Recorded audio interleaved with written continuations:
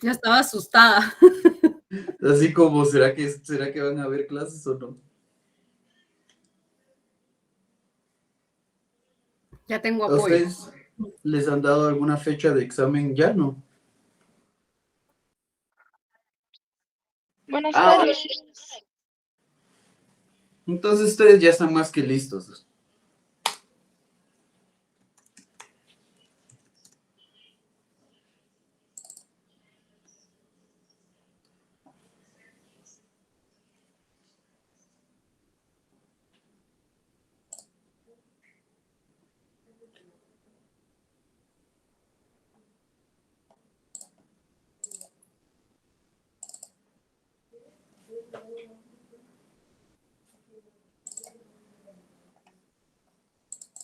De un momento, voy a entrar aquí a...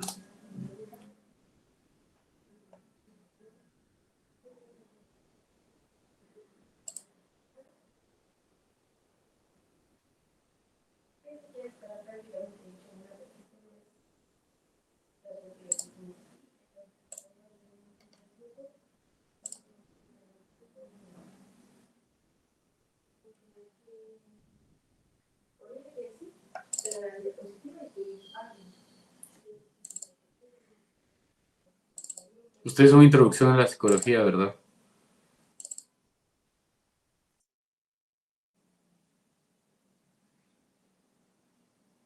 Bueno, vamos a ver solo ya unos segundos a que entre el resto.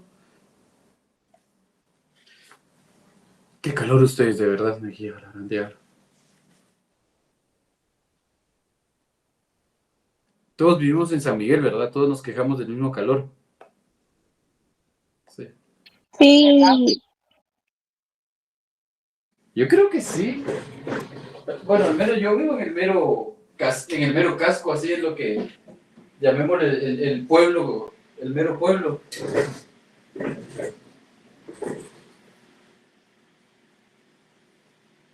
Literal, o sea, yo vivo casi a la par de una estación de bomberos. Cuando se escuchan balazos a lo lejos, yo escucho cuando los bomberos ya van a recoger al muerto.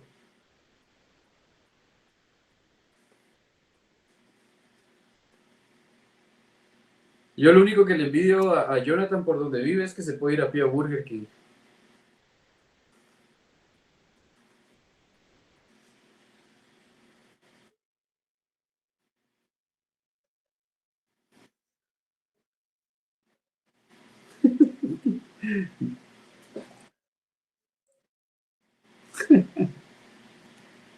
Bien, vamos a compartir.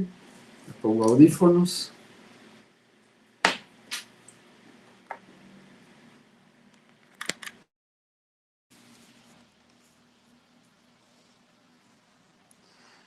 Bien, agradezco la puntualidad, agradezco ahí que todos se hayan acordado, porque por un momento pensamos con Heldi que no se iban a conectar.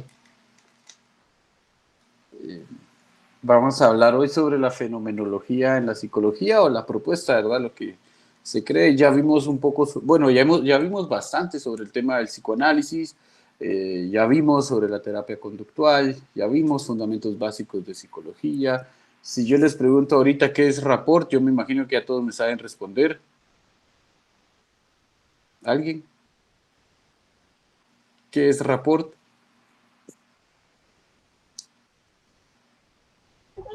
Es la empatía. Adelante, Jonathan.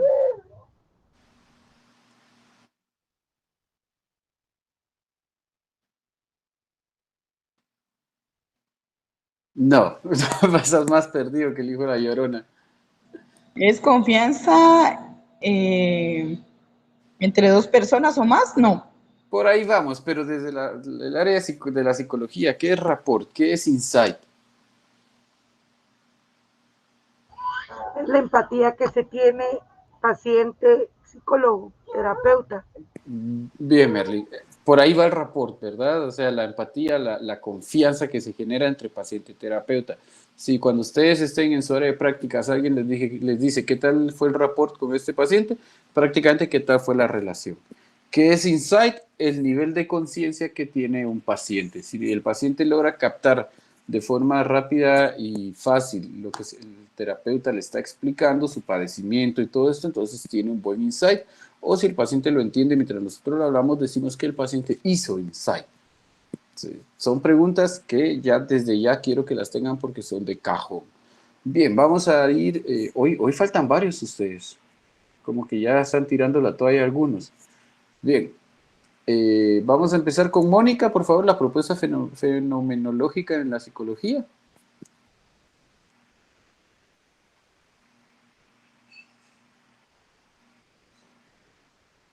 Mónica, porfis.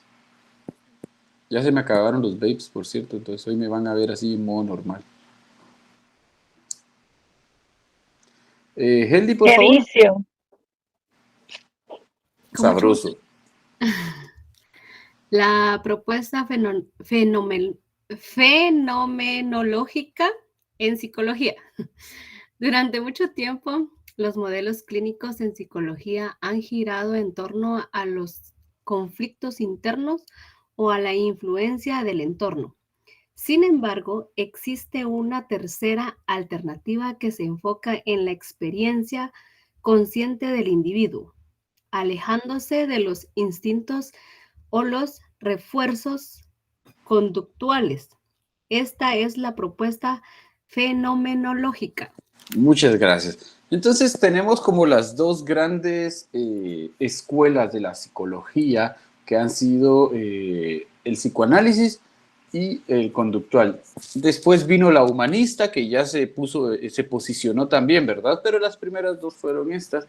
Pero la fenomenológica lo que hace es que aparece y viene y dice, no vamos a enfocarnos en temas inconscientes, no vamos a enfocarnos en temas de estudios del pasado, sino que nos vamos a enfocar, pero tampoco nos vamos a enfocar en temas de condicionamiento clásico, condicionamiento operante, refuerzos, todo esto, ¿verdad? Sino que viene y dice que se va a enfocar más en la experiencia consciente que el paciente puede estar atravesando en ese momento para lograr así sanar el conflicto que pueda estar presentando. Entonces, la fenomenología viene y muestra al ser humano como un ser creativo, pero ¿qué significa esto? Ana Elisa, por favor. La psicología fenomenológica concibe al ser humano como un ser creativo, en crecimiento, capaz de dirigir su vida conscientemente hacia el desarrollo de su máximo potencial. Desde esta mirada, los problemas de comportamiento no son síntomas de enfermedad, sino señales de desconexión con la propia conciencia. Muchas gracias. Entonces, es un poquito como de tener cuidado con algunas perspectivas, ¿verdad? ¿Por qué? Porque como dice aquí, desde esta mirada, los problemas de comportamiento no son síntomas de enfermedad. Entonces, es así como, yo conozco muchos psicólogos que son así como, no, con pura terapia se va a sanar, no necesita ir al médico, no necesita ir al psiquiatra, con pura terapia. Entonces, este pensamiento tan extremista puede ser dañino. Sin embargo, desde la teoría, la fenomenología lo que dice es que no se trata de un padecimiento, no se trata de un trastorno, sino de lo que se trata es una desconexión entre el paciente y su conciencia.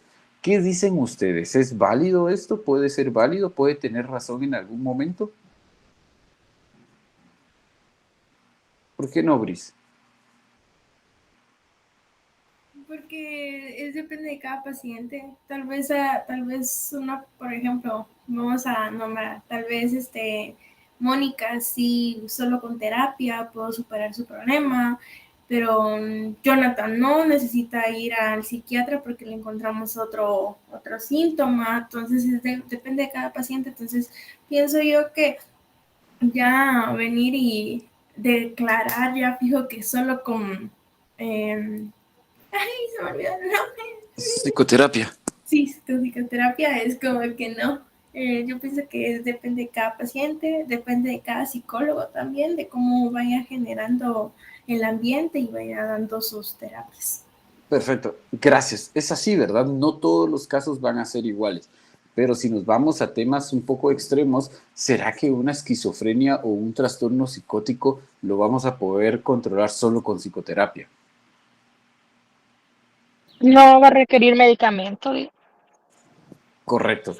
¿Alguna vez les expliqué cómo funciona el tema de la esquizofrenia en el cerebro?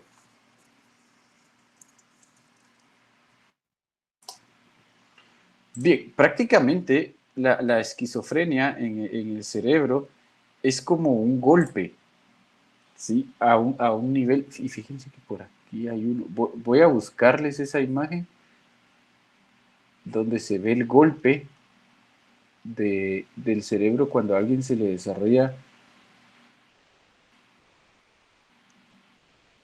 bueno, prácticamente es como un golpe o una asimetría. Sabemos que el cerebro tiene dos lóbulos, ¿verdad? Y en alguno de los lóbulos se presenta una asimetría o una malformación, por decirlo así, o una línea, y lo que esto genera es que hasta cierto punto, digamos, esta línea o este golpe crea en un paciente la capacidad como de tener experiencias extrasensoriales. Empiezan a escuchar voces, empiezan a ver cosas, pero no es que existan estas, es que el cerebro tiene este daño que hace que no funcionen las cosas. Podríamos ponerlo algo así como el lector de un disco que está rayado. Entonces nosotros lo ponemos a funcionar y el disco empieza a sonar entrecortado. Obviamente se va a escuchar mal y algunas personas te van a decir, no, no, déjenlo, tiene mensajes satánicos. Y nada que ver, ¿verdad? Lo que pasa es que no funciona correctamente ese lector de discos y lo mismo es en el cerebro. Se ha logrado ver que tienen asimetrías y algunos hasta tienen una división, ¿sí? Entonces, obviamente, un cerebro dañado de esta manera no lo vamos a poder hacer funcionar solo con psicoterapia. ¿Por qué? Porque obviamente los caminos neuronales, las conexiones axónicas, todo esto no conecta correctamente. Entonces, lo que vamos a necesitar, obviamente, es un fármaco que nos ayude a que el cerebro funcione. Si el cerebro, por medio de los fármacos, empieza a funcionar, las alucinaciones, tanto visuales, auditivas, gustativas y olfativas, se van a desaparecer. Pero no todo se puede curar con psicoterapia. Por eso les decía que en este tema fenomenológico hay que tener un poco de cuidado, porque sí, el paciente tiene la capacidad y la resiliencia de soportar algunos procesos, pero no todos van a poder aguantarlo. Entonces, tal vez cuando ya nos pasamos a los extremos, es en donde podemos dañar a las personas. Por favor, Jonathan.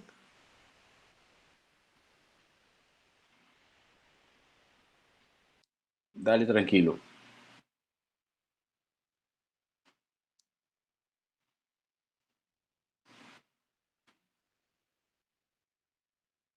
Cree.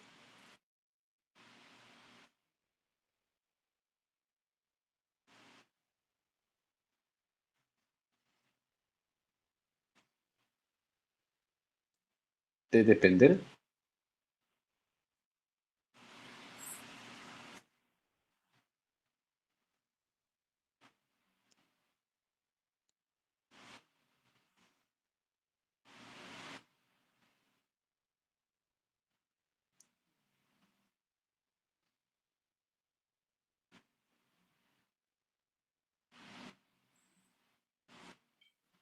Reconocer.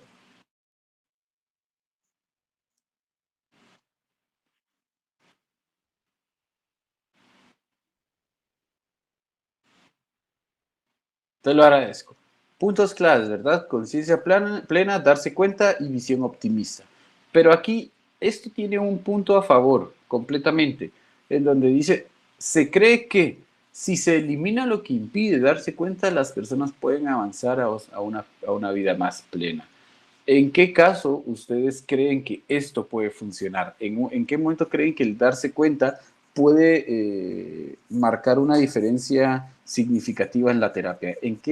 Mejor se los planteo así, ¿en qué tipo de consulta creen ustedes que el paciente se dé cuenta puede marcar una diferencia?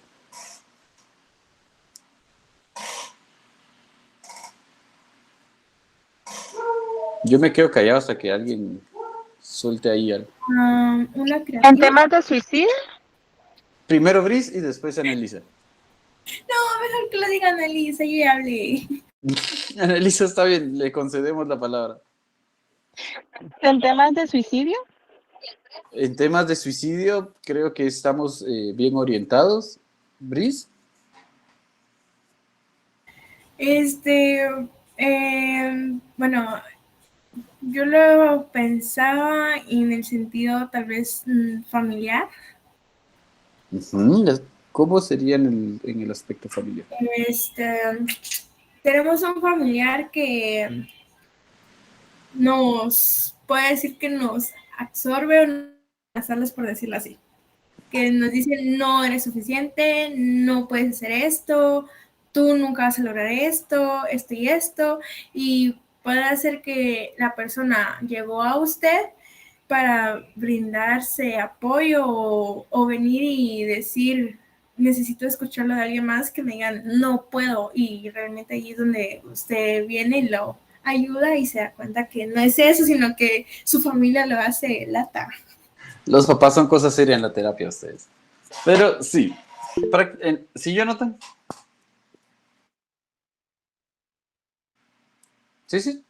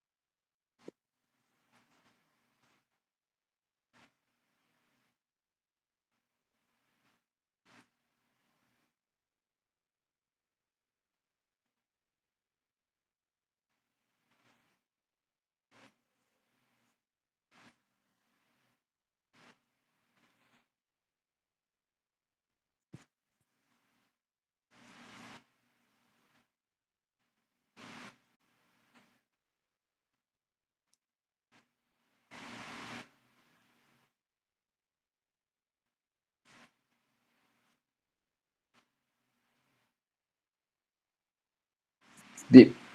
Puntos que los tres dieron tienen bastante validez. ¿Sí? Prácticamente el darse cuenta es una de las partes más importantes de cualquier terapia y para cualquier padecimiento, aunque ustedes no lo crean.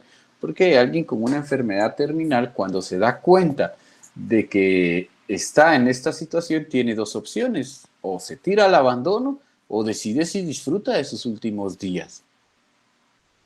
En el tema de las relaciones familiares, cuando se dan cuenta de que es la familia la principal traba que les está afectando en su progreso, entonces, con este tema de no ser suficiente, yo mayormente prefiero preguntar cuánto es ser suficiente, qué tienen que hacer para ser suficientes. ¿Sabes? Cuando se dan cuenta que no importa qué tanto intenten, la familia, o en este caso, si hay papás escuchando, los queremos mucho, no los criticamos, no los juzgamos, buscamos entenderlos, ¿sí? Pero prácticamente cuánto es ser suficiente, ni siquiera ellos lo saben. Ellos solo quieren que hagan y jamás se llega a lograr satisfacer sus expectativas. ¿Por qué? Porque no son más que insatisfacciones propias. Como ellos no lo lograron, quieren que el hijo se supere, pero que se supere por mucho más. Pero ¿cuánto es mucho más? ¿Cuánto vale la salud mental e integridad física de los hijos al grado de que intentan ser suficiente para los padres? Cuando el paciente se da cuenta de esto es lo que busca la fenomenología, que el paciente se dé cuenta y que deje de esperar aprobación externa, que deje de buscar ayuda afuera, que deje de esperar que sean los padres los que lo vengan a ayudar, a salvar, a sanar, y empiece por conciencia propia a cuidar de sí mismo. Entonces, la fenomenología, como les decía, es un poco extremista en algunos casos, pero en este punto se aplica a cualquier tipo de padecimiento, porque aún ante una enfermedad, salud, aún ante alguna enfermedad crónica, un paciente que hace insight o tiene conciencia puede decir, bueno, tal vez me quedan 6 meses de vida, pero se cuida durante 6 meses para intentar que el dolor no sea tan fuerte o intentar prolongar un poquito más el tiempo de vida, o, para evitar ver sufrir a la familia, cosas así, ¿verdad? Entonces, el darse cuenta dentro de la visión optimista de la fenomenología es un punto clave que ayuda bastante a que los pacientes salten esa barrera de las dificultades. Aquí podríamos incluso hablar de la codependencia. ¿Alguien ha leído el libro Desapegarse sin anestesia? Yo les recomendaría que no tengan pareja si no lo han leído primero. María Celeste, ¿ya lo leyó? Demasiado tarde nos lo dice el... Muy tarde llega. No, recuerden lo que dijo Gandalf en la primera película. Un mago nunca llega tarde ni temprano, sino en el momento exacto. O ya nos dejaron, ¿verdad ustedes? Pero bueno. Brida, así como a mí, ¿no? Porque yo veo las publicaciones amorosas y digo yo, ay, todavía se llama. Todos. Pues bien, como les digo, incluso en el darse cuenta, en el tema de la codependencia, es una forma de trabajar la codependencia de una forma muy bonita. ¿Por qué? ¿Qué me pasó en la infancia? ¿Qué me pasó en la adolescencia? E incluso en la adultez todavía podría entrar para que yo no soporte la idea de que alguien se va a ir de mi vida. Y que por eso, literal, me pongo de alfombra para que quien se supone que me ama no me deje, pero me condicionan, ¿verdad? Entonces, cuando una persona hace conciencia de lo que le pasó en algún momento y en dónde se desarrolló el miedo a la soledad, ya sabiendo por qué tengo esta idea de que me abandonaron y que no quiero que me abandonen, ya tengo un punto de partida. Como yo les digo a mis pacientes, ¿cómo quieren trabajar si ni siquiera saben con qué hay que trabajar? Por eso es que un buen psicólogo manda a su paciente a leer, manda a su paciente a hacer tareas, a autoanalizarse constantemente, porque aunque ustedes ya le hayan descubierto a su paciente qué le está pasando, él no se lo va a creer si ustedes se lo dicen. Eso se los juro y se los puedo sellar y firmar. El paciente solo se lo cree hasta que lo ve por sí mismo. Y cuando ya el paciente lee, estudia y entiende lo que le pasó, él ya sabe entonces con qué hay que trabajar y ya entran ustedes con las herramientas. Entonces, en esta parte, como les digo, del darse cuenta, es una bonita terapia para trabajar las dependencias, pero no solo hay dependencia amorosa, hay dependencia al trabajo, hay dependencia al estudio, dependencia a sustancias, hay muchos tipos de dependencias que en algún momento pueden generar un conflicto y saberlas trabajar y trabajar el tema de darse cuenta o ser conscientes puede ser un salto muy bonito dentro de la terapia que ustedes apliquen. ¿Alguna pregunta, duda, dificultad al respecto? ¿No? Bien. Continuamos, por favor, Jocelyn. Buenas tardes. Distinción del modelo fenomenológico. Fenomenológico. Perdón. Aunque comparte algunos principios con la terapia psicodinámica y los enfoques cognitivos, el modelo fenomenológico se distingue por centrarse en el presente y en la experiencia inmediata del cliente dentro de la relación terapéutica. Psicodinámica explora conflictos inconscientes y experiencias pasadas que influyen en el presente. Cognitiva Analiza pensamientos y creencias para modificar patrones disfuncionales. Fenomenología. Se enfoca en la experiencia presente, la conciencia plena y la relación terapéutica auténtica. Muchas gracias. Vean, siempre todas las corrientes de la psicología van a tener un poquito de la otra. Aunque los conductuales digan que ellos son completamente ajenos al psicoanálisis, yo les aseguro que si le leen ahí un poquito más a profundidad, encuentran algo. Todos van de la mano. ¿Por qué? Porque no sé si ya lo aprendieron en filosofía, pero sabemos que una cosa no puede ser sin la otra. Sí, o sea, yo espero que les hayan explicado eso. Y se los voy a explicar bien fácil con los silogismos, ¿verdad? Un silogismo no se puede armar si falta una premisa. O sea, uno no es sin el otro. O no, el silogismo no termina correctamente si no hay una conclusión. Entonces, hasta la filosofía nos demuestra que una cosa no es sin la otra. ¿Qué significa? Que aún en estas corrientes psicoterapéuticas hay un poquito de todas en cada una, pero al final la fenomenológica se enfoca en el aquí y en el ahora. ¿Alguien ha leído el libro El hombre en búsqueda del sentido de Viktor Frankl?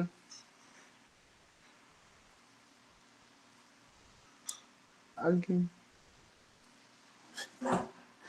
Miren, los voy a mandar no sé qué curso me va a tocar con ustedes el otro semestre, pero vamos a empezar a leer un libro por semestre. Pasa que fíjese que al menos yo no he tenido la costumbre de leer, pero y ahora se me hace tan difícil con tanto que a veces tengo que hacer, no para justificar, ¿verdad? Pero sé que el tema es bien interesante y tenemos que empaparnos de precisamente lo que estamos estudiando, pero a veces, yo en mi caso por tiempo, pero sí sería interesante agarrar hacer un libro de esos para ir conociendo más, digo, profundizando más en el tema. Gracias, Mercy. Jonathan.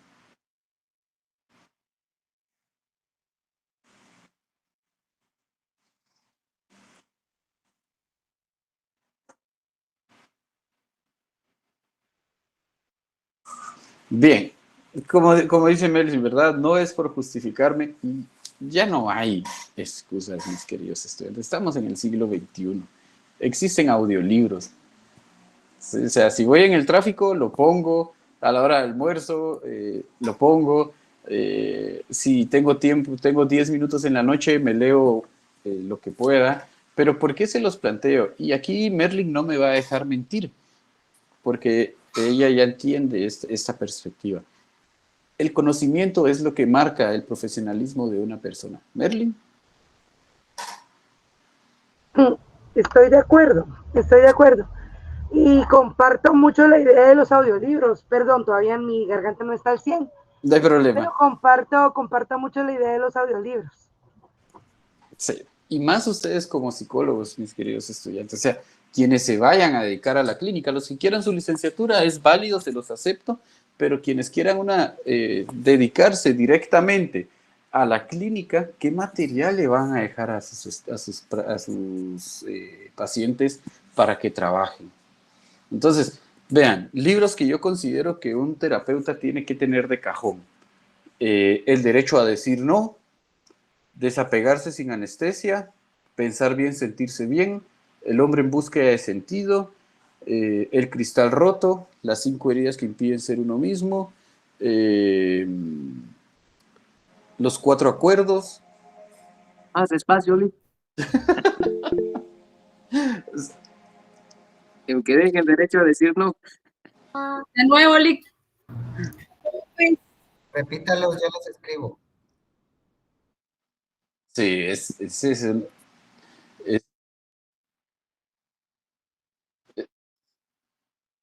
el libro Los 4 acuerdos para ser felices, explicados por los toltecas, son muy buenos. Vamos a ver, espérenme. Aquí.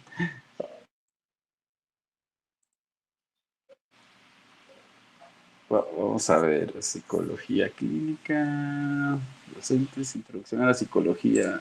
Yo creo que estos son ustedes. Sí, aquí está el puñito. Bien. El primero que les dije, ¿alguien se recuerda? El derecho a decir no. El derecho a decir no. 2, desapegarse sin anestesia. 3, pensar bien, sentirse bien.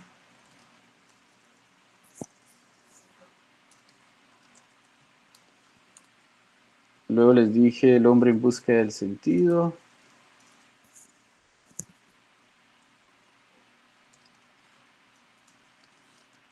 Ese sí o sí se lo tienen que leer ustedes.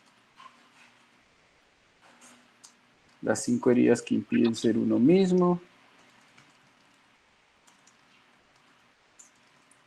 El cristal roto. ¿Cómo dice? Perdón, ¿los qué? ¿Los 5 que impiden ser qué? Las 5 heridas que se las estoy enviando al grupo. El cristal roto. Los 4 acuerdos.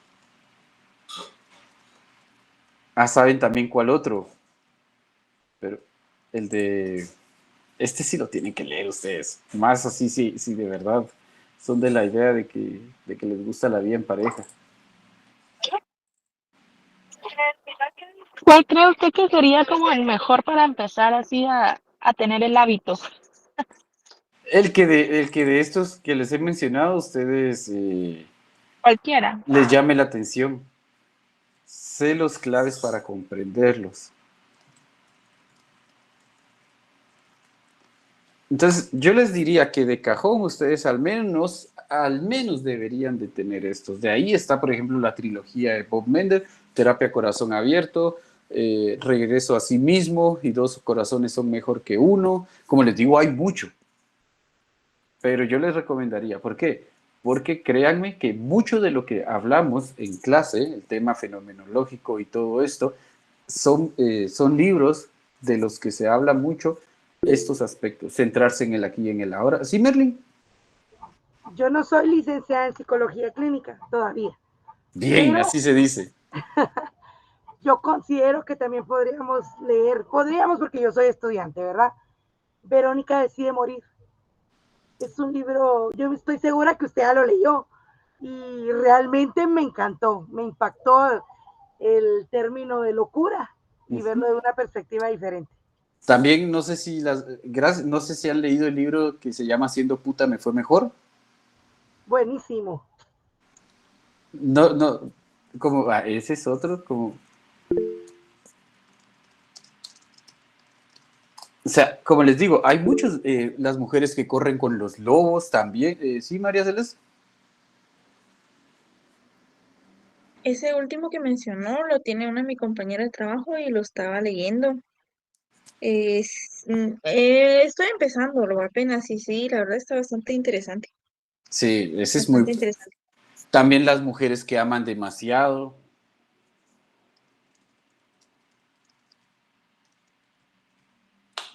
Como les digo, ya solo ahí ya les puse una biblioteca de 11 libros. Ya me preocupé porque yo ya leí esto y más y...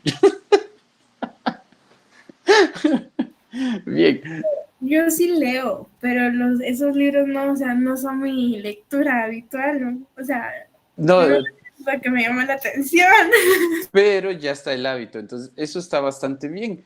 ¿Por qué? Porque como les digo, si ustedes leen, si vamos a estar en el tema fenomenológico ahorita y a ustedes les gustaría centrarse en el aquí y en el ahora, por ejemplo, el libro que les comenté sobre Viktor Frankl de El hombre en búsqueda del sentido, es un libro muy, muy bueno porque explica cómo Viktor Frankl fue capturado en los tiempos de la Segunda Guerra Mundial y enviado a los campos de concentración, principalmente a Auschwitz, y él vio cómo sus compañeros morían y todo, y él entendió cómo uno podía vivir el día a día si tenía un propósito en esta vida, y cada quien encuentra un propósito por sí mismo.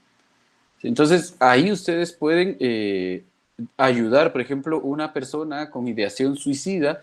El suicida llega a un punto en el que se da cuenta de que ya no tiene por qué o para qué vivir. Pero si le ayudamos a encontrar un sentido, le ayudamos a quitarle esa perspectiva. Ahorita a mí me tiene enganchado mucho, y lo estoy leyendo, el mito de Sísifo, de filosofía, que también trabaja mucho el tema del suicidio, y ya lo estoy como complementando al estudio que ya tenía de Viktor Frankl. Entonces, ustedes tienen tanto material que se vuelven psicólogos completamente integrales. ¿A qué me refiero?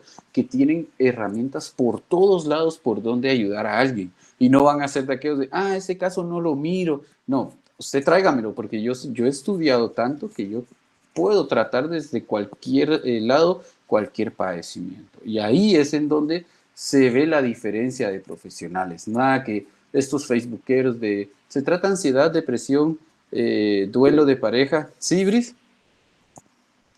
No va con la clase, una preguntita ajena. Sí. ¿Usted es psicólogo infantil? No. Bueno. Pero es una de mis metas para el otro año.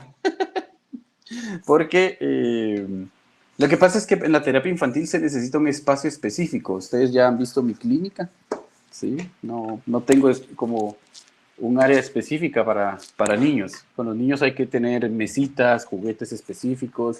Entonces, todavía no he logrado armar eso. Pero, como les digo, la terapia infantil en Guatemala aún está bastante verde. Si ustedes pueden apoyar ahí, háganlo. Bien, pilares del crecimiento personal. ¿Cómo es que la terapia o la rama de la fenomenología busca generar este crecimiento en una persona? Por favor, Carla. Con gusto. Pilares del crecimiento personal. Uno de los pilares de la creencia en el crecimiento personal del cliente. El objetivo no es enseñarle a aceptarse o a desarrollar habilidades específicas, sino ayudarle a acercarse a su esencia, a su forma más auténtica de ser. Autenticidad. Descubrir y expresar la verdad interna, viviendo coherente con los propios valores y sentimientos. Crecimiento. Permitir un desarrollo continuo y natural que surge al superar bloqueos y abrirse a nuevas experiencias. Identidad. Construir y reafirmar una sensación sólida y única de sí mismo, moldeada por la conciencia plena y la aceptación. Muchas gracias. Entonces aquí, como dice, no solo es de decirle a alguien, acéptese, quiérase, salga con usted, tenga una cita con usted mismo. Estas son cosas bastante externas, ¿verdad? Sino es llevarlo hasta lo más profundo de sí mismo a que realmente se conozca y suelte aquellas creencias que lo han atado durante tanto tiempo. Aquí viene otro libro que no sé si lo han escuchado, es de Friedrich Nietzsche, Así habló Zaratustra. Cuando viene el maestro Zaratustra y baja de su montaña y empieza a predicar la teoría del superhombre, aquel que trasciende sobre la moral construida por la sociedad y la religión y que logra romper con esa moral y crea la propia suya y se quita todas las máscaras impuestas y se llega a conocer tan bien que trasciende y lo que aquellos llaman pecado, prejuicios, desorden y todo, para el superhombre no es más que la esencia de sí mismo y vive bien con eso. Entonces, alguien puede venir y este libro sí es de leerlo y poner atención porque tiene demasiado simbolismo, pero para ustedes detectan un paciente que tiene la capacidad de leer algo así, se lo dejan y le ayuda mucho. ¿Por qué? Porque lo acerca a esa esencia que buscamos aquí. Si nosotros logramos que un paciente se conozca hasta este nivel, su crecimiento es, créanme, es muy continuo. Su perspectiva de sí mismo cambia, su potencial mejora, los miedos empiezan a desaparecer. ¿Por qué? Porque se da cuenta de que ningún factor externo puede debilitarlo o puede hacerlo caer porque es él quien realmente tiene la potestad de llevar esa vida saludable, esa vida de crecimiento que todos buscamos. Y la identidad, ¿verdad? El problema es que hemos crecido con la idea de que somos buenos. ¿Por qué? Porque siempre han dicho, es que mi nene es bueno, es bien noble, y no lo creemos. Y con tal de que nos sigan queriendo, resulta que queremos ser noble y portarnos bien con todo y con todos, al grado que dejamos que nos machaquen, y cuando uno les dice, pero ¿por qué no te defendes? Es que yo no soy malo. Entonces, no es maldad. Lo que sucede es que hemos perdido tanto nuestra identidad que ya somos lo que los otros dicen. Todos dicen que soy bueno, entonces me voy a comportar como bueno, porque si me porto, entre comillas, mal, entonces me van a dejar de querer. Esto le pasa mucho a las mujeres, aunque no lo crean, ¿sí? Porque crecen y les dicen, es que la nena es bien independiente, ella ya lava, ella plancha, ella cocina, pero es solo una niña, ella no tiene por qué ser independiente. Y crecen con esa idea, ¿verdad? Es que yo maduré muy rápido. No, es que les robaron la inocencia. Usted tenía derecho a hacer. Entonces crecen con máscaras puestas por los adultos. La máscara de la independiente, la máscara de la que todo lo puede. Ah, pero llega la noche y se da cuenta que no puede. Y ahí sí dicen una lloradita y a mimir. ¿Por qué? Porque ya es mucho el cansancio emocional que cargan. Entonces, en la fenomenología lo que buscamos es romper esto y vivir la vida más auténtica que podamos. Según la fenomenología, hacer esto nos quita como muchas enfermedades, que sí, puede que sí, pero tampoco nos vamos a ir a los extremos a decir que cura una personalidad disociativa o un trastorno bipolar tipo 2, ¿sí? No seamos tan así, pero de que puede ayudar en muchas cosas, lo puede hacer. Vamos con la exploración de respuestas propias, por favor, Lucía. Sí, exploración de respuestas propias. En lugar de resolver los problemas por el cliente, el terapeuta fenomenológico lo invita a explorar sus propias respuestas. Ofrecer soluciones puede considerarse un obstáculo, ya que podría limitar el desarrollo de la autonomía personal. Identificación del problema, reconocer la situación o conflicto interno que necesita ser atendido desde la experiencia vivida. Búsqueda interna, invitar al cliente a reflexionar y conectar con sus pensamientos, emociones y sensaciones presentes para generar sus propias respuestas. Desarrollo de autonomía, fomentar la capacidad del cliente para crear soluciones y tomar decisiones basadas en su conciencia plena y autenticidad. Fortalecimiento y crecimiento personal. Apoyar el proceso natural de crecimiento que surge al adoptar las respuestas propias, ampliando la autoaceptación y el sentido de identidad. Muchas gracias, Lucía. Entonces, aquí buscamos una independencia absoluta en el paciente. Independencia no es solo lo que nosotros queremos de, bueno, voy a ser independiente y me voy a ir a vivir solo. Existe también la independencia económica, cuando yo empiezo a trabajar, genero mis propios ingresos y ya no necesito los recursos de mis papás. Está la independencia emocional, que es cuando todo lo que yo siento, todas mis reacciones, todos mis sentimientos, todas mis emociones dependen de mí y no de los demás. Cuando nosotros desarrollamos esta autonomía, entonces la toma de decisiones se basa más en lo que yo creo que es bueno para mí y evitamos hacer lo que todos hacen, todos los que no viven conscientemente. Van, piden un consejo, se los dan y no lo siguen. Todos somos así de, mira, no sé qué hacer, fíjate que estoy pensando si hago... Y viene alguien de buen corazón y se toma el tiempo, mira, yo te recomiendo esto, y al final hacemos lo que se nos ronca la gana. O sea, ¿para qué pidió consejos si de todos modos hizo lo que se le diera la gana? Y eso les pasa cuando a las amigas, mira, me invitó a salir el tóxico, mira, yo te recomiendo que no lo hagas, de todos modos terminan saliendo con él. Entonces, ¿para qué preguntan? Se terminan matando con su propia mano.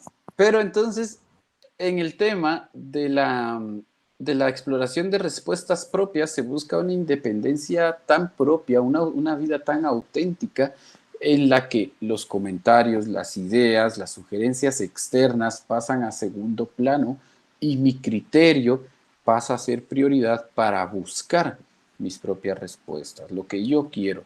Y como bien habla de la filosofía de lo absurdo, por muy absurdo que le parezca a las demás personas las cosas que nosotros hacemos, si tienen sentido para mí, con eso basta. Eso ya es suficiente razón para levantarme cada día. Relación terapéutica de igualdad, por favor, María Celeste.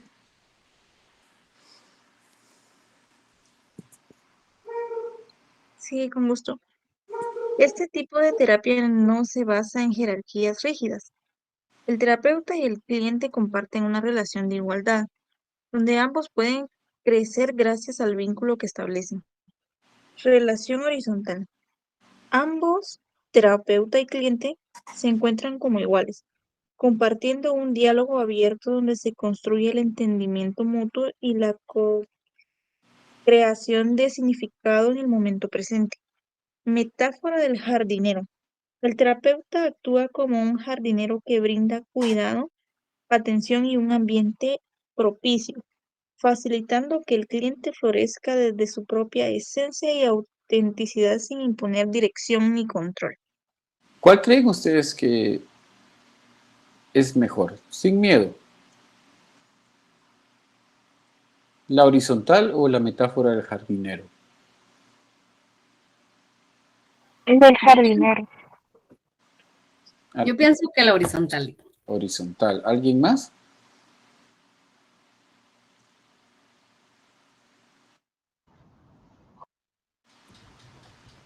¿Sibris? Yo tengo una pregunta. ¿El Pregunte. jardinero no hay riesgo que el paciente se vuelva transferencia? ¿O que se vuelva transferencia? Por dar... Contratransferencia. Ajá, esa. Gracias. ¿En el jardinero? Me pregunto, ¿no? Yo creo que sería más en el horizontal y les voy a explicar por qué, pero gracias por traerlo, Brice.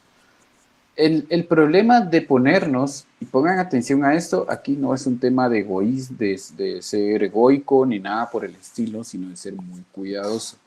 El problema de ponernos a la altura de un paciente es que el paciente después puede utilizar sus palabras en contra de ustedes. Aunque no lo crean, porque a veces dicen, mire, usted qué hubiera hecho si le hubiera pasado, y le cuentan a uno una cosa, y uno comete el error de decir, yo hubiera hecho esto y esto. Entonces, cuando el paciente comete algo, y de ahí se le cuestiona, dice, pero ¿no usted también lo haría? ¿No usted dijo tal cosa? Entonces se justifica utilizando al terapeuta. Y eso puede ser muy perjudicial para ustedes como terapeutas, porque entonces pierden completamente la autoridad que su profesión les da. Puede haber contratransferencia. Si yo me pongo al mismo nivel de mi paciente, cuando yo esté escuchando cosas fuertes y se me active la contratransferencia, puedo empezar a identificarme con lo que le está pasando a mi paciente y que no le sorprenda que ahí estén llorando los dos en la clínica. ¿Por qué? Porque siempre el terapeuta tiene que estar un par de escalones arriba del paciente. ¿Por qué? Son ustedes los que llevan el control, la tranquilidad y son quienes encaminan la terapia. Ahora, si se enfocan en terapia centrada en el cliente, eso ya son otros 10 quetzales. Pero aquí estamos hablando de la relación horizontal. Hay que tener mucho cuidado con ese tipo de terapia.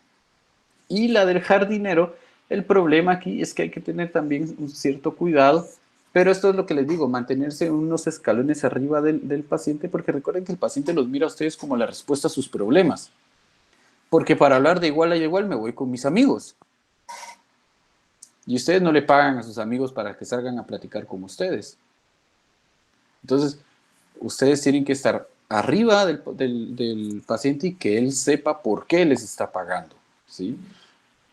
¿Cuál es un riesgo del jardinero? Que el paciente desarrolle una dependencia hacia el terapeuta. Que como el terapeuta es el que lo está guiando, lo está llevando, y en vez de guiar, empieza a aconsejar. Haga esto, vaya aquí, mire esto, haga. Y entonces el paciente empieza a dejar de escuchar a la familia, se vuelve, dice que se independiza de la familia, pero ahora se vuelve dependiente, del terapeuta. Y si el terapeuta no lo aprueba, yo no hago nada. ¿Qué pasa? Que después lo llaman a uno a las 2, 3 de la mañana para decirle, mire, ¿será que voy a la entrevista de trabajo que tengo mañana? Y esas son decisiones que ya él por sí solo debería aprender, ¿verdad? Entonces, sí hay que tener un tantito de cuidado con ese tipo de perspectivas terapéuticas y cuidar muchísimo el tema de la ética y su lugar como terapeutas. Vamos ahora al corazón del tratamiento. Por favor, Arlene.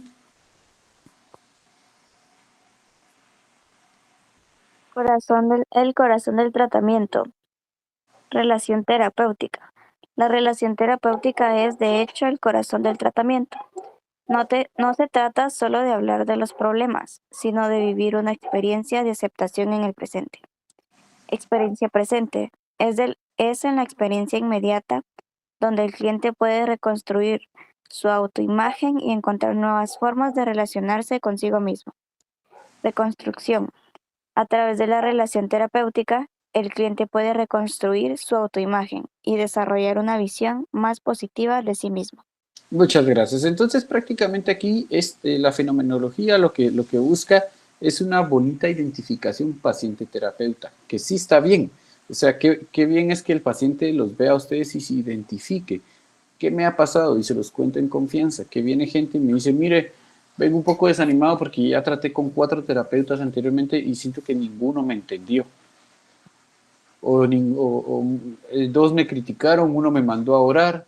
Cosas así, o sea, pasa. Ustedes, atendí a alguien que cada vez que iba a terapia fue a 3 sesiones con una psicóloga que le decía, es que lo que pasa es que usted no pone sus problemas en las manos de Dios. Y digo yo, o sea, para escuchar eso mejor me voy a la iglesia, ahí fijo me lo van a decir. La gente viene conmigo por terapia. Entonces, cuando ya llegan con un terapeuta que busca estar centrado en su profesión y no critica, no juzga, escucha activamente, centra al paciente y lo pone como principal objetivo de tratamiento, y al escucharlo correctamente le explica el padecimiento, por qué es que tiene este padecimiento, el paciente se identifica muy bien con el terapeuta y créanme que esa terapia tiene un 90% de probabilidad de ser un éxito. Cuando ustedes aprenden, ¿verdad?, estas técnicas de cómo relacionarse. Pero, ojo, para ustedes ser un terapeuta de este nivel, primero tienen que trabajar mucho en ustedes para que las dolencias del paciente no les afecten a ustedes. Así que, ¿qué les estoy diciendo? Vayan a terapia. ¿Sí, Heldy? Una pregunta. Sí. Es una pregunta para usted, como psicólogo. ¿Sí? Si, ejemplo, si usted es padre de familia y su hijo, pues, se suicida, sí, ¿verdad? El suicidio. Y luego aún su paciente lo sabe y le pregunta a usted con toda sinceridad qué es lo que siente. ¿Qué es lo que usted le respondería? ¿O cómo manejaría eso? Que el paciente también está en ese camino. Gracias. Ahí es en donde ustedes tienen que aprender a poner límites, ¿sí? Le agradezco la pregunta. De momento, ahorita la terapia está centrada en usted. En otra ocasión ya le cuento mi experiencia. ¿Sí? Le agradezco su interés, muy amable por preguntarme, pero en ese momento la terapia está centrada en usted. Si quiere, otro día hablamos desde mi experiencia, como evitando. ¿Por qué? Porque si no, puede ocasionar una contratransferencia. ¿Sí, Mercy? ¿Sin miedo al éxito ahí? No lo tomará como muy, no sé, como que lo está bloqueando, no lo irá a sentir como mal, no sé, o sea, contestando de esa manera. No, ¿por qué? Porque si yo le dijera, mire, no me pregunte de eso, o yo no quiero hablar de eso, eso ya es un poco tosco, ya es poner un alto muy...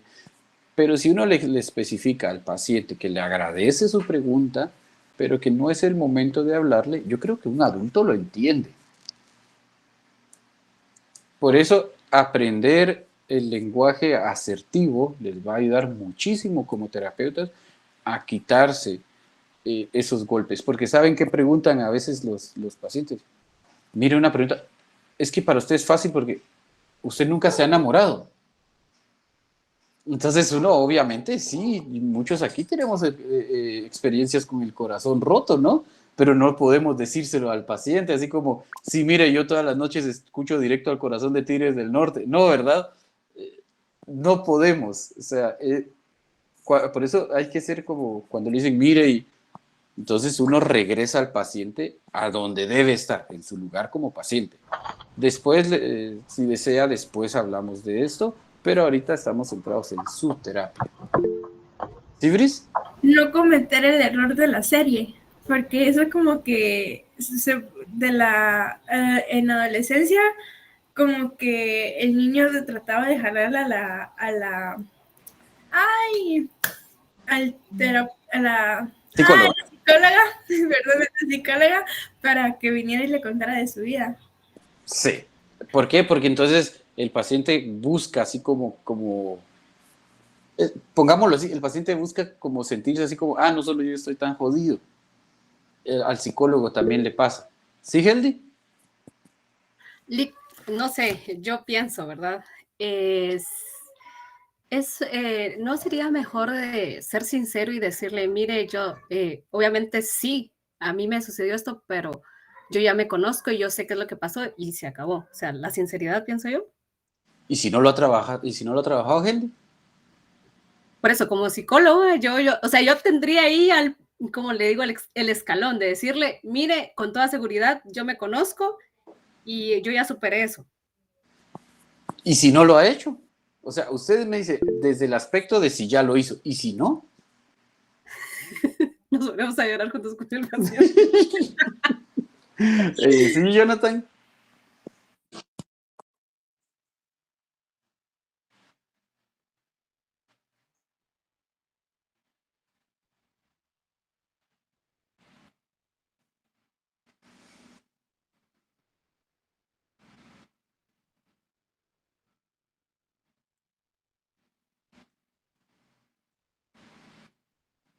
Éticamente, no se puede ponerse uno como ejemplo, y les voy a decir por qué. Porque ustedes no pueden hacer creer al paciente como, lo suyo no es tan fuerte como lo que me pasó a mí. Entonces, ese tipo de cosas puede cortar mucho la relación terapéutica. Ya estamos a 2 minutos y todavía tenemos varias diapositivas, mis estimados estudiantes, así que no les voy a robar tiempo porque tengo un paciente. Prácticamente lo que queremos estudiar con la fenomenología aquí, esta presentación va a entrar en el parcial. Sí, terminamos No, ¿a qué hora terminamos? ¿A las 6:30 o a las 7? 7. Olvídenlo, seguimos. Yo te daba con la idea que mi sesión era a las 7 ustedes. Bien, continuamos leyendo. Nos va a robar minutos de su clase, eso es lo que va a hacer. ¿No? Aléguenle al paciente, no a mí. Esperen un momento, ¿dónde fue que nos quedamos? Aquí, por favor, Fernando. Se me subieron los calores ustedes. Buenas tardes, licenciado. Te escuchamos, Fernando. Solo déjeme ver, licenciado, porque no Sí, puedo ver la presentación. si no puedes, no hay problema, pasamos con Melvin. Yo te agradezco que lo intentes. Gracias. Sí, porque no lo puedo ver, creo que mi internet está lento, licenciado. No te preocupes, no todos nos compran equipo de última generación para estudiar en la universidad. Por favor, Melvin. El potencial del presente. Sí. El pasado no es ignorado. Se reconoce su influencia, pero no se convierte en el centro de atención. El presente contiene el potencial, lo que sucede ahora en la sesión, en la relación. Camino hacia la transformación. Mayor potencial que la revisión de viejas heridas. Desde esta perspectiva, el pasado no es ignorado, pero tampoco se convierte en el centro de atención. Lo que importa es lo que sucede ahora, en la sesión, en la relación. Se cree que el presente contiene más potencial de transformación que la revisión de viejas heridas. Muchas gracias. Como dice aquí, ¿verdad? El pasado pues tiene cosas que ver. ¿Por qué? Porque es lo que venimos cargando. Falsas creencias, culpas innecesarias, traumas que en algún momento nos sucedieron. Pero díganme ustedes, si ya está en el pasado, ¿puedo yo regresar a remendar eso? Depende. Porque si nos afecta algo y realmente afecta, pero así afecta que el punto de tenemos una puerta bien abierta, una oportunidad de esas que uno dice, yo la quiero, pero por el pasado, por miedos o por traumas del pasado, no la aceptamos y perdemos esa oportunidad. Entonces siento yo que podemos regresar al pasado para venir y sanar el trauma y poder agarrar esa oportunidad. Bien.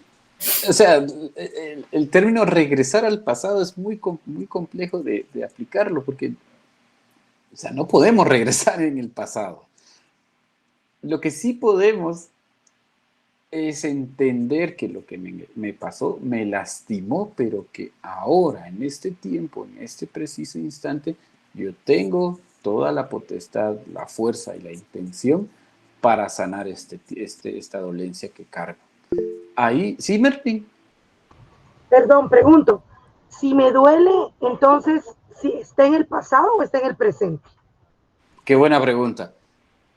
Cuando nosotros trabajamos este tipo de temas de heridas, vamos a ponerlo de ejemplo de que a veces, pues me corto y mi herida jamás la limpié, jamás la traté y se ha venido infectando durante todo este tiempo. Cuando yo decido tratarla, tengo una herida completamente ya putrefacta, sucia, me duele tocarla. Entonces, ¿cómo la trabajo yo ahora? Literalmente, levantando la carne muerta, limpiando, cortando tejido muerto, desinfectando para después ya cuidar la correcta sanación. Desde esa analogía se explica cómo se curan las heridas del pasado. Entonces, me lastimaron en la vida pasada y eso lo vengo cargando, pero yo ya no puedo hacer nada con quien me lastimó. Ya no puedo.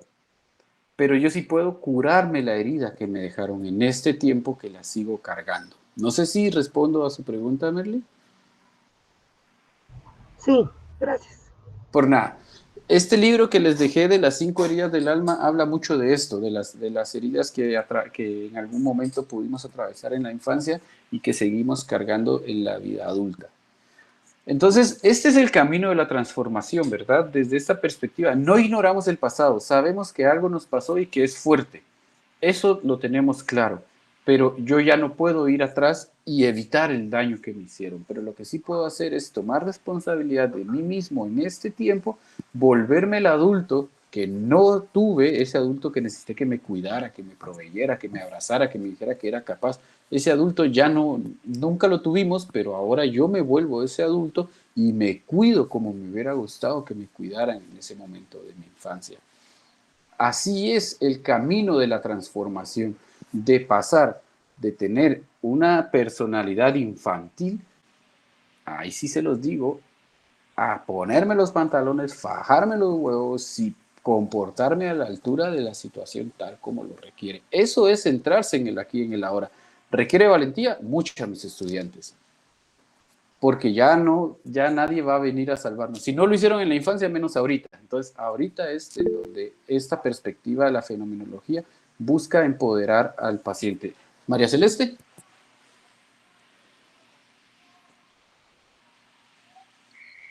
Ahorita tengo una pregunta y una observación. Solo déjeme, es que no sé cómo formular la pregunta. Usted hablaba de la transformación.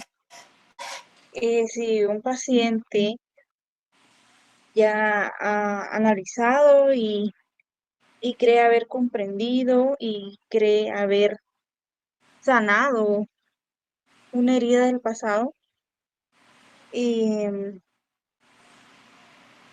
vuelve a tener una recaída y a pensar lo mismo, ¿cree que sí haya una verdadera, ¿cómo se le diría? Como que si de verdad logró sanar eso. Ajá, ¿de verdad logras eso? ¿O solo es un momento de liberación nada más y vuelve a caer? Esa es una.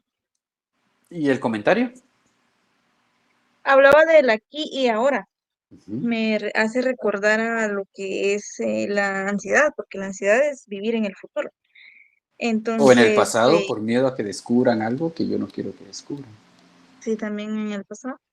Entonces, si hablamos si hablamos en los dos tiempos, futuro o pasado, se habla mucho de estimular los sentidos, por ejemplo, buscar 4 colores, eh, percibir olores, entonces tratar de traer la mente al tiempo presente.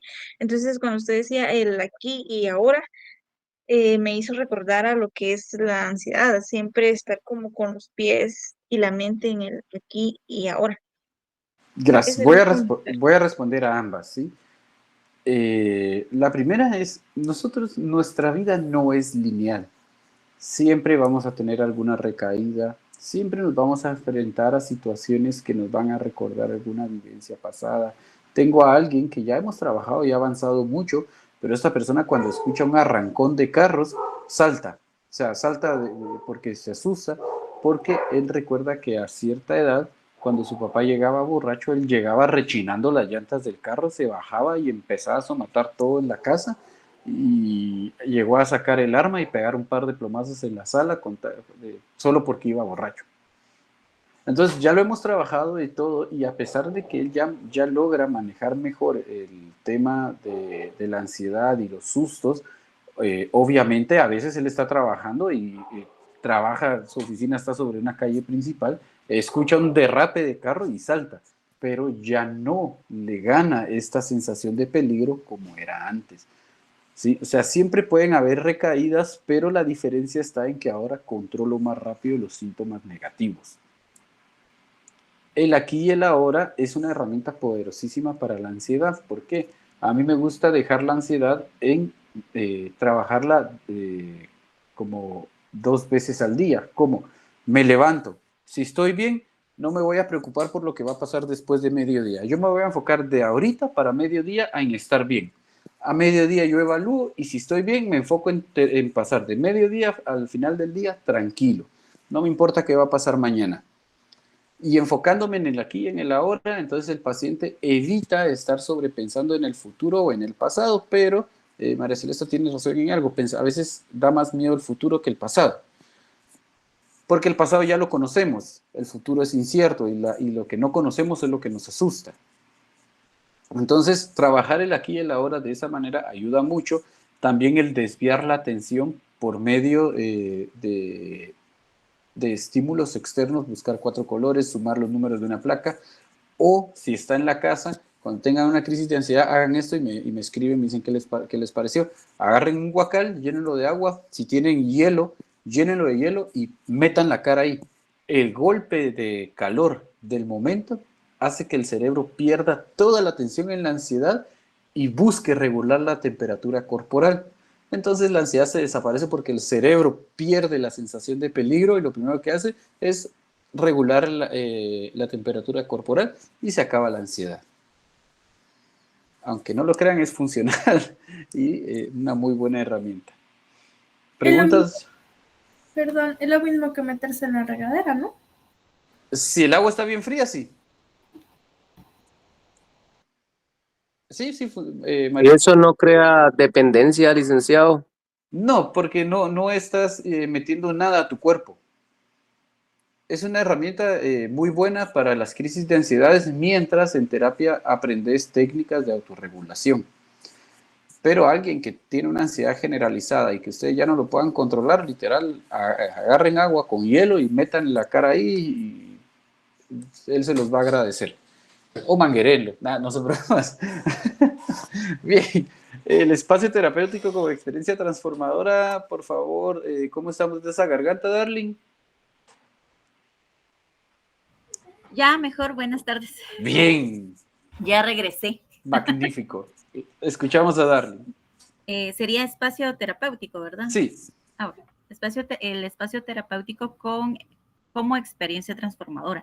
La terapia se convierte entonces en un espacio donde el cliente puede experimentar una forma diferente de relacionarse consigo mismo y con otro ser humano.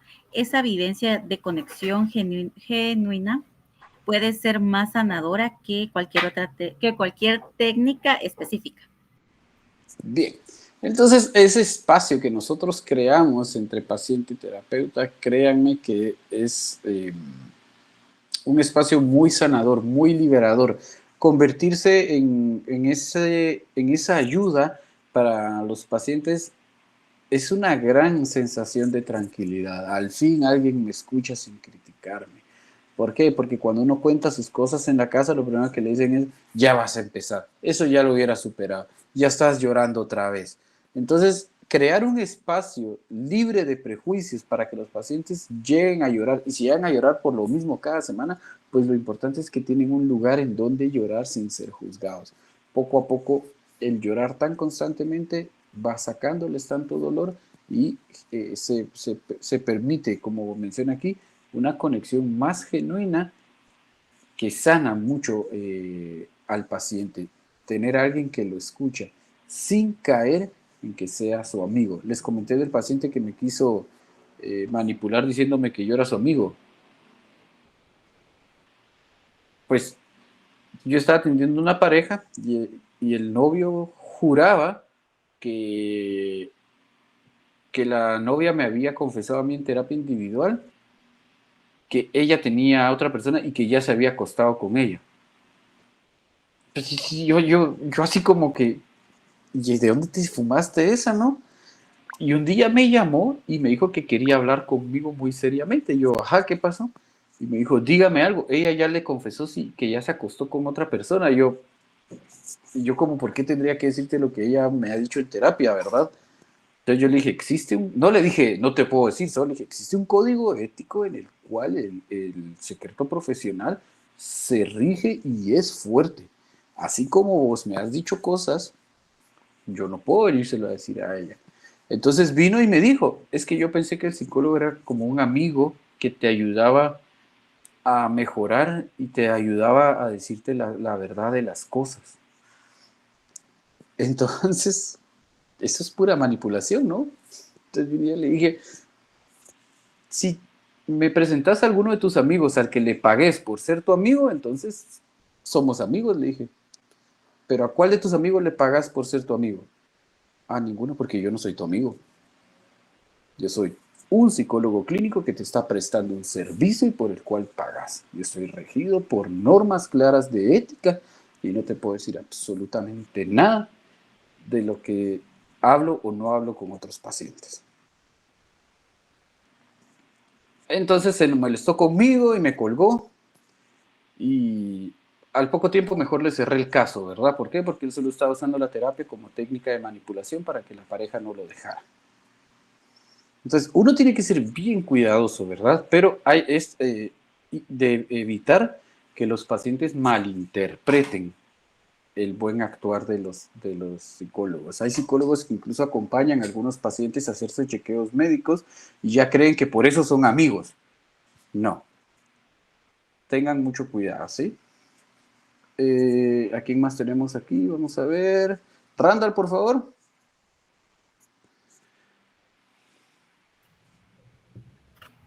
Confianza en el potencial de crecimiento, capacidad innata. Este modo de intervención confía profundamente en la capacidad del individuo para crecer si se le ofrece el contexto adecuado. Acompañamiento respetuoso. No se le dirige, sino que se le acompaña con respeto y presencia. Te lo agradezco. Entonces, desde la perspectiva fenomenológica, nosotros siempre vamos a creer y a defender que el paciente tiene la capacidad por sí mismo de superar las situaciones que esté atravesando. Y esto no quiere decir que yo voy a estar ahí de maestro, de guía o de salvador, ¿verdad?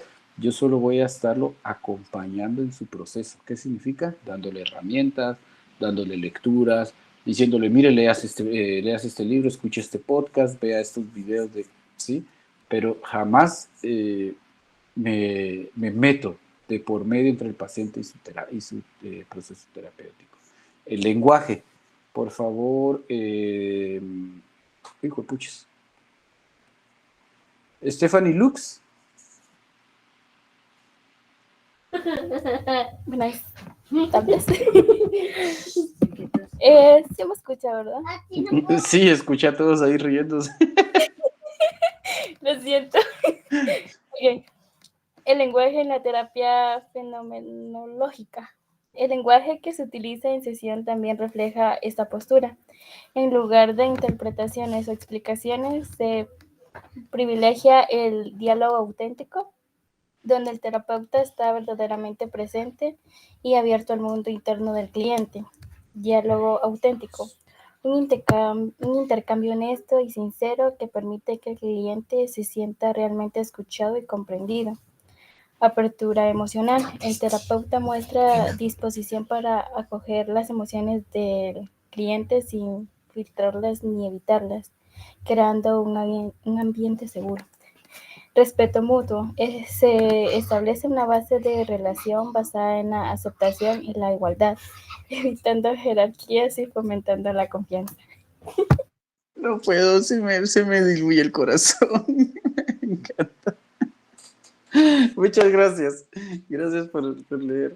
Bien, entonces en el lenguaje de la terapia fenomenológica no nos prestamos tanto a estar dialogando, a estar interpretando qué sueños, qué signos, qué escritos, cosas.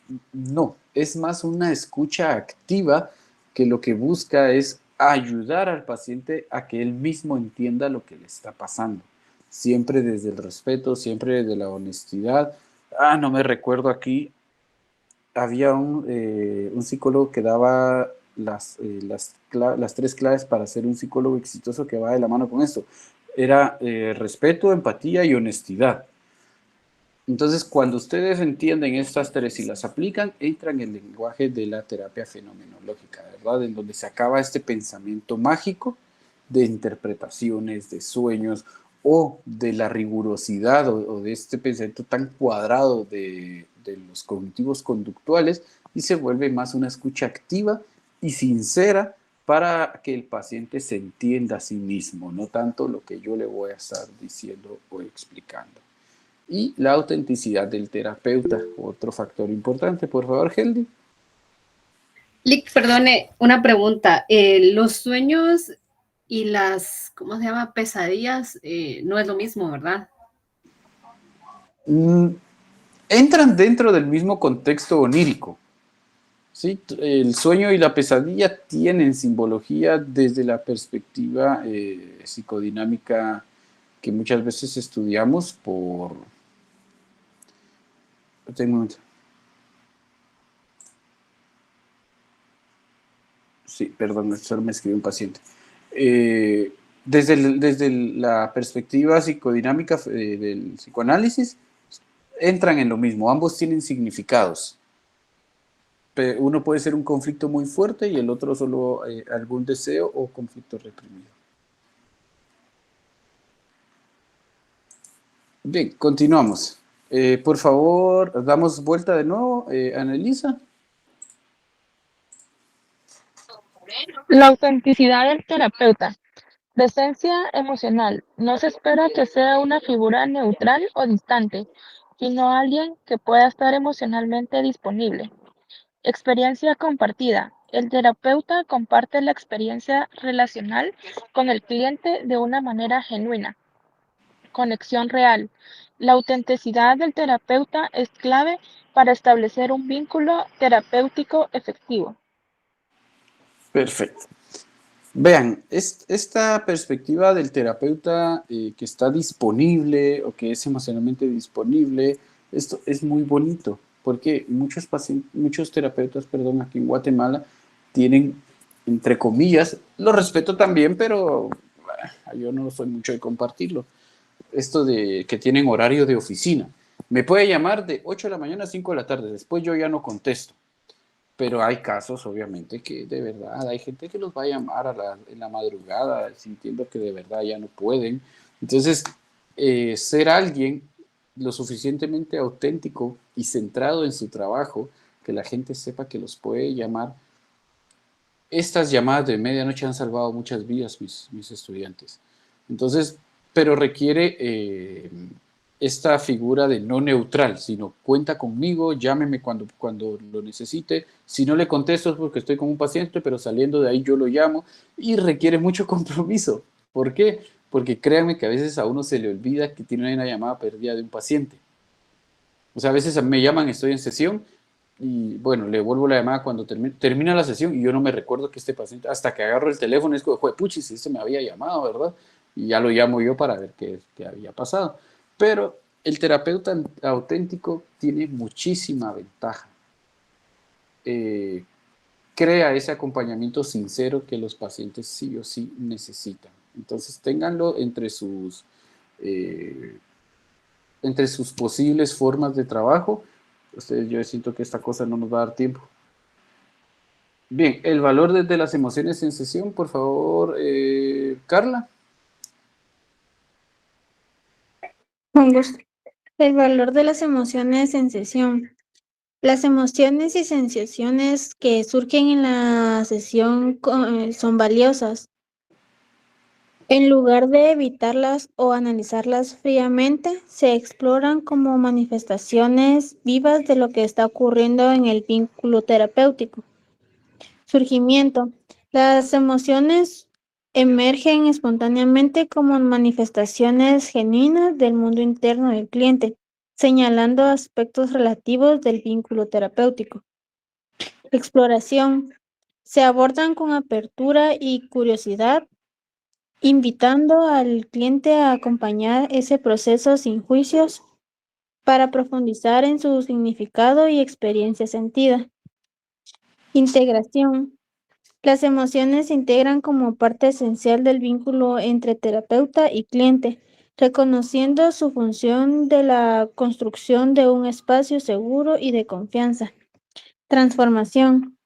Mediante este proceso, las emociones facilitan un cambio profundo y duradero, permitiendo al cliente vivir nuevas formas de relación consigo misma y con los demás. Muchas gracias. Como les digo, muchas veces vamos a basarnos en el tema de la culpa, que es una de las cosas que más manejamos a veces en terapia.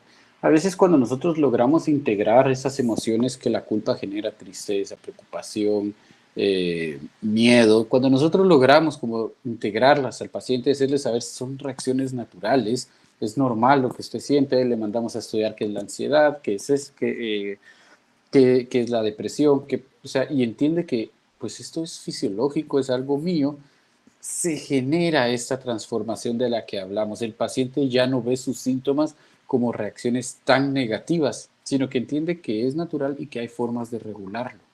Y él mismo, por medio de su propia capacidad, empieza a generar esos cambios y lo que antes parecía ser un problema fuertísimo, ahora ya no lo es. Por ejemplo, alguien con agorafobia.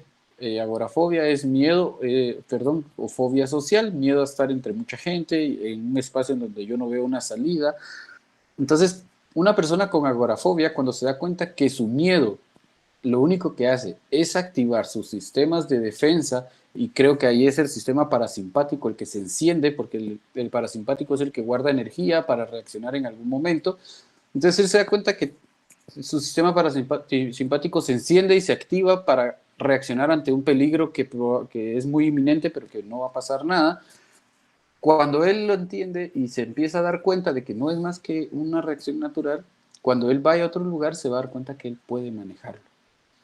No es que está loco, no es que no lo va a poder controlar, porque saber que es, o sea, él ya sabe que es su cuerpo que lo prepara para defenderse, pero como ya sabe que no hay nada de qué defenderse, lo más probable es que la siguiente vez que vaya, la ansiedad aparezca, pero no sea tan fuerte. Y cada vez que él se someta al factor estresor, ahora que entiende cómo funcionan sus reacciones fisiológicas, probablemente cada vez que él vaya bajando y regulándose el síntoma principal.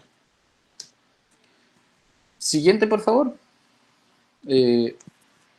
Merlin, no la he puesto a leer porque sé que la garganta, pero si quiere leer, si no, le ponemos a alguien más.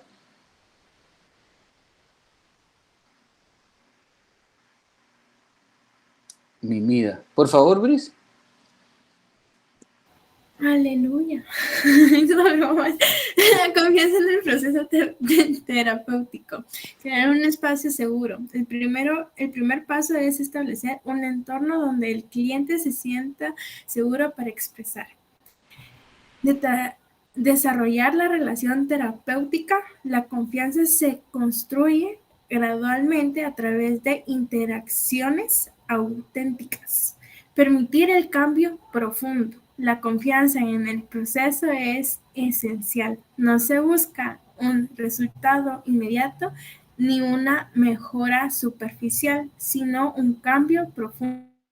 Surge cuando la persona se siente vista, escuchada y valorada tal como es. Muchas gracias. Entonces, como dice aquí, ¿verdad? El éxito de la terapia desde la fenomenología va con que el paciente se sienta en la confianza de que ya no es juzgado, de que alguien lo escucha, de que alguien lo entiende y que sobre eso está dispuesto a ayudarlo y a apoyarlo. Ahí radica el cambio tan bonito de la fenomenología. El encuentro humano real, por favor, Lucía. Sí, el encuentro humano real, conexión auténtica. En definitiva, la terapia fenomenológica propone un encuentro humano real. No se trata de aplicar técnicas sobre un paciente, sino de crear juntos una experiencia que despierte conciencia, aceptación y crecimiento. Creación conjunta. La experiencia terapéutica se construye entre ambos participantes, generando un espacio único de transformación. Muchas gracias. Como dice aquí, ¿verdad? No es solo de, bueno, técnica, tras tarea, porque entonces se va a ver muy robotizada la terapia. Tampoco vamos a hacer lo que vemos aquí, de agarrarle la mano así a un paciente, esto porque la IA pela cables. Pero, ¿qué dicen ustedes? ¿Un psicólogo puede tocar a un paciente, sí o no? No.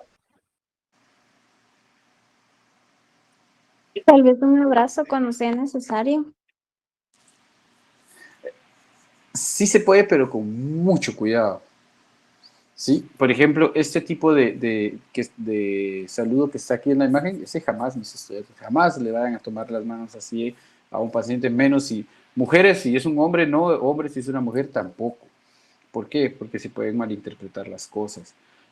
Cuando hay alguien llorando, jamás, de los jamases, ustedes van y lo van a llegar a abrazar de frente, porque eso puede también sentirse como una invasión o como un acercamiento indebido. Si en algún momento les toca, lo más recomendable es párense del lado del paciente y en los hombros, jamás en la espalda, la cintura, cuidado las áreas que tocan. ¿Sí? En los hombros solo se le da un apoyo, unas palmadas y se le dice llore tranquilo, está acompañado. O si la persona está temblando, pueden poner su mano sobre las manos y decirle que puede respirar, que no sé qué, porque el contacto físico ayuda a regular la ansiedad.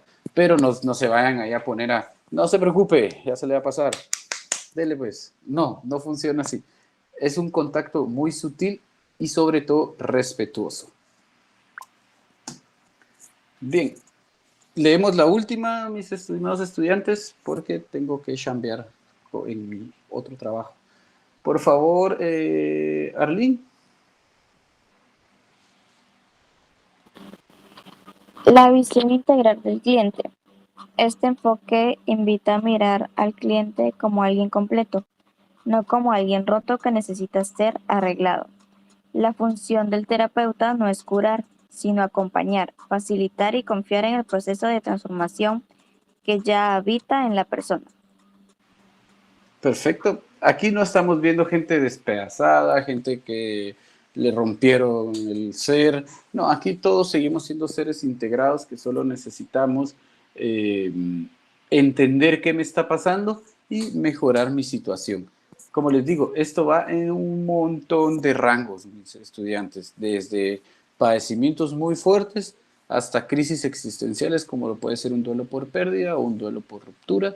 Entonces, lo importante es que entendamos que nuestro paciente es un ser integrado, es un ser individual que tiene la capacidad y nosotros tenemos que confiar en ese potencial, hacerle saber que él tiene el potencial y la capacidad de superar las dolencias que lo han ido acompañando.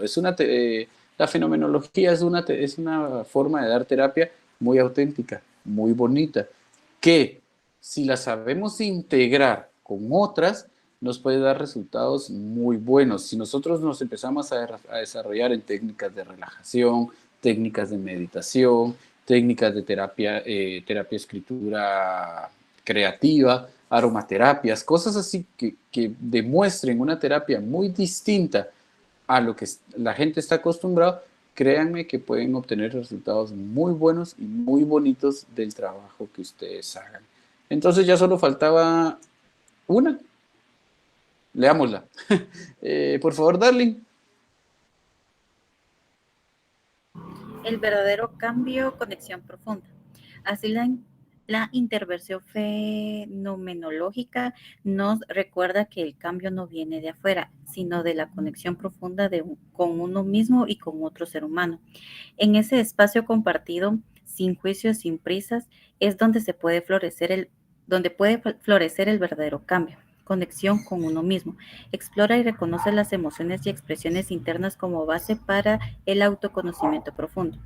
Vínculo terapéutico. Construir un espacio compartido de confianza y apertura entre el terapeuta y el cliente facilita la expresión auténtica. Florecimiento.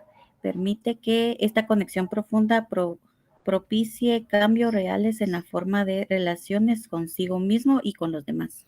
Muchas gracias. Entonces, en la fenomenología lo que nosotros buscamos es que al final el paciente conecte consigo mismo en todos los niveles. Cuando hablamos de esto es que se conozca emocionalmente, energéticamente, físicamente, psicológicamente, emocionalmente, en todas las partes de su vida, con el propósito de sanar lo más que podamos esta integración del ser.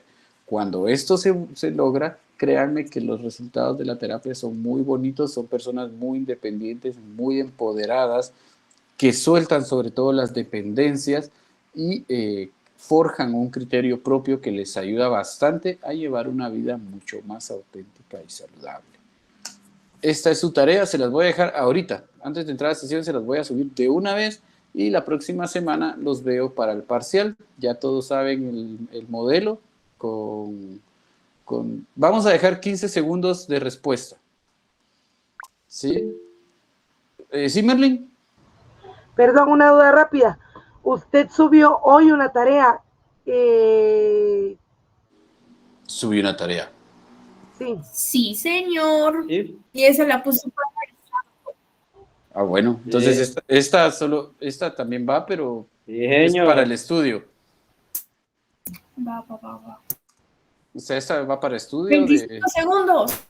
No, Es pero que, tampoco se licenciado, fíjese que peleen. ahorita precisamente estaba viendo y dice tarea sábado 3 de mayo. Sí, Pues, supongo puche, que es para el grupo del sábado. es que solo copié lo de sábado, pero si se dan cuenta, vamos a ver. Es la misma presentación. Es la misma presentación que tuvimos, sí, 3 de mayo. Perdónenme, lo edita ahorita porque puede y quiere. Fue 30. No, pues ni usted ni yo. 20. No. Miren, yo confío en ustedes y ustedes tienen la habilidad de leer, o sea, son psicólogos. Entonces, 15 segundos creo que es correcto.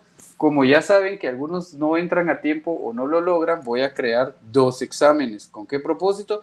Que los que no puedan, en el siguiente grupo puedan entrar, pero no van a hacer las mismas preguntas porque ya sé que algunos le toman screen y después se lo comparten. Soy perro viejo, mis queridos estudiantes. Lucía, rapidito, tengo poco tiempo. Lick, y la que puso que vencía en 2026, entonces, ¿qué fecha se entrega? El 2 de abril de 2026. Ah, bueno. No, se los voy a poner. Yo creí que la había arreglado. Fíjense. Bueno, está bien.